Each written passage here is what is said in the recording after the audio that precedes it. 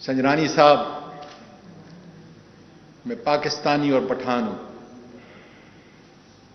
آپ بلوچ ہو، میں آپ کے گھر میں آیا، آپ نے میرا انتظام کیا، میں نہیں جانتا لیکن اتنا ضرور جانتا ہوں کہ ISI کے لوگوں سے تمہارا بیٹھنا اٹھنا جینا اس طرح ہے جس طریقے سے بدن ایک بدن ہوتا ہے۔ میں پورے میڈیا کے ذریعے، پارلیمنٹ کے ذریعے آپ کو درخواست دیتا ہوں کہ تمہاری چاچی کو اور تمہارے چاچے کو اس ملت اسلامیہ کے اندر اتنی گراوٹ کا شکار بنایا ہے۔ کیا کوئی میری بہن، میری بیٹی یہ سوچ سکتی ہے کہ اس کے گھر کے اندر اس کا اپنا باپ اور اس کی اپنی ماں، اور اس درد کو دیکھو کہ اگر وہ تصویریں باہر چلی جائیں۔ انہوں نے 9 بجے ظالموں نے ایک اننون نمبر سے میری وائف کو وہ ویڈیو بھیجی۔ میرے ملک کے لوگوں، میں تو 2001 کے اندر اس ملک میں آیا تھا کہ اس ملک کی خدمت کروں۔ اس ملک نے مجھے اتنا کچھ دیا، اتنی عزت دی، لیکن کیا ISI کی یہ کالی بھیڑیں جنہوں نے اس ملک کی روایات کو، اس ملک کے اخلاق کو، اس ملک کے کردار کو تباہ کر کے رکھ دیا ہے، سب ٹھیکے ان کے، لوگوں کو لڑاتے ہیں، لوگوں کو مارتے ہیں، قتل کرتے ہیں۔ اور اللہ تیرا شکر ہے کہ میری پیاری بی بی جو نانی بھی تھی اور دادی بھی تھی، میری بہو اور میری 3 پوتیاں حفاظت سے یہاں سے نکل چکی ہیں۔ کس ملک سے؟ یہ افریقہ نہیں ہے، یہ لا الہ الا اللہ محمد رسول اللہ کے مطابق بنا۔ باجوہ صاحب، میرے خاندان کے کتنے لوگ سپاہی سے لے کر لیفٹیننٹ جنرل تک اس ملک کی خدمت کی، اور تمہارا اور میرا رشتہ کتنا قریب ہے۔ جب بھی ہماری حکومت کے ہماری کبھی ملاقات ہوئی، آپ نے ہمیشہ سواتی صاحب کے نام سے یاد کیا مجھے۔ میں نام نہیں لیتا اس میڈیا کے اوپر، لیکن آپ جانتے ہو کہ آپ کا ایک بہت بڑا قریبی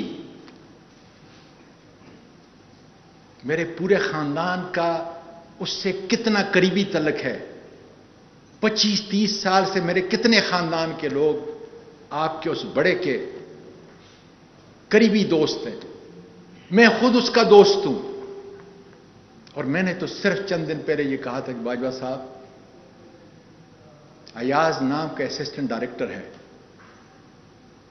لوگوں کی باتیں نہ سنیں، فہیم اور فیصل کی باتوں کو نہ سنیں، اس لیے خدا جانے کہ ان کالی بھیڑوں کا ایجنڈا کیا ہے۔ میرا ایجنڈا تو میرے ملک کے سپاہی سے لے کر جرنیل تک اس کی عزت کرنا ہے۔ امریکہ کے اندر جو ہے، جب ہمارے سارے وہاں پہ آپ لوگ ٹریننگ پہ افسر جایا کرتے تھے، میں ان کی خدمت کرتا تھا، ساری دنیا جانتی ہے۔ اور پیس فورس کے اندر آپ نے تو پوری دنیا میں اپنا نام پیدا کیا۔ میرا سپاہی، میرے ملک کا محافظ ہر روز سرحدوں پہ گرتا ہے، اور اس کے لیے ہم انا للہ و انا الیہ راجعون پڑھتے ہیں۔ میری تو ٹویٹ دیکھو، جب کوئی شہید ہوتا ہے تو میں کیا کہتا ہوں، اور میرا قصور صرف یہ ہے کہ 16 ارب روپیہ میرے اس غریب ملک کا وہ معاف کیا گیا، اس میں نے آپ کو ٹویٹ کی، تو میرا تو قانونی اور آئینی حق ہے۔ اور کیا اس کا بدلہ یہ کافی نہیں تھا کہ جب ایک آدمی کرپٹ نہیں ہے، اس کی کوئی فائل نہیں ہے، اس کی کوئی اخلاقی فائل نہیں ہے، دنیا جانتی ہے مجھے، تو پھر اس ماں سے، اس نانی اور دادی سے بدلہ لیا جائے۔ جن لوگوں نے یہ کیا، اس زمین پھٹ کیوں نہیں گئی؟ میں پوچھتا ہوں دانشوروں، وکلا اور ججز، زمین پھٹ کیوں نہیں گئی؟ اور کہاں پر؟ سپریم کورٹ کے جوڈیشل لاجز کوئٹہ کے اندر 20 اگست کو قرآن مجید دیکھو پڑھنے والوں، کیا کہہ رہا ہے میرا پروردگار آپ کے لیے اور میرے لیے کیا پیغام دے رہا ہے کہ اس وقت کے اندر جو ہے کسی کو اجازت نہیں ہوگی، اس لیے کہ بیوی اور خامند،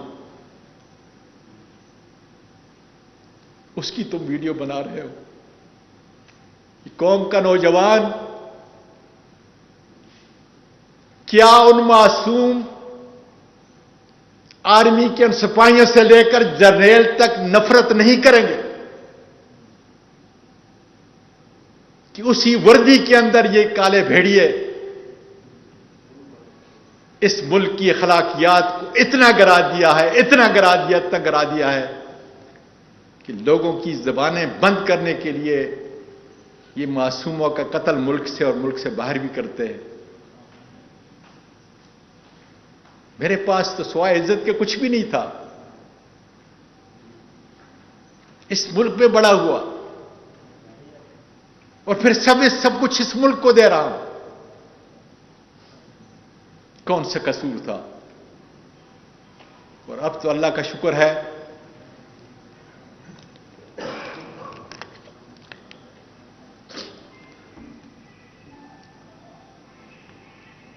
کس طرح میری بیوی گئی ہوگی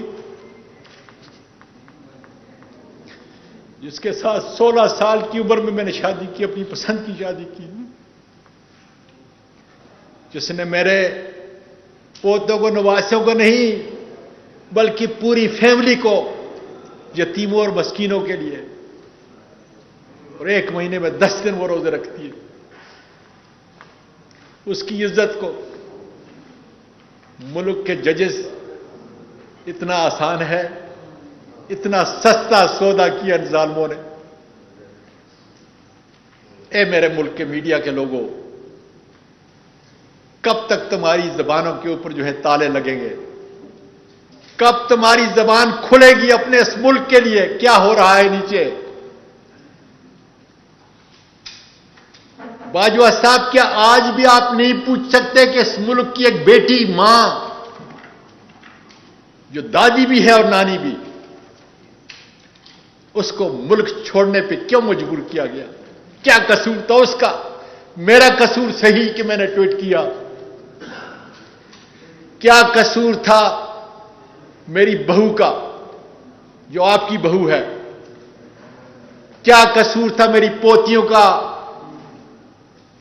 جو میرے ملک کی اور آپ کی پوتیاں ہیں؟ باجوہ صاحب، اس ملک کے قوم کو بتاؤ کہ اس ملک کو کس ڈگر کے اوپر جو ہے ہم لے کے چل رہے ہیں، اور وہ کون لوگ اس پہ تلے ہوئے ہیں کہ پاکستان کا بچہ آرمی کی وردی سے نفرت کرے۔ اور میرے ملک کے لوگوں، جس وقت یہ نفرت پیدا ہوگی تو اندرون ملک اور بیرون ملک وہ لوگ جو اس میرے ملک کو ختم کرنا چاہتے ہیں، اس لیے کہ ہمارے ملک کا سب سے بڑا دفاع جو ہے ہماری فوج ہے، اور فوج تب طاقتور ہے کہ اس کے ساتھ عوام کھڑے ہوں۔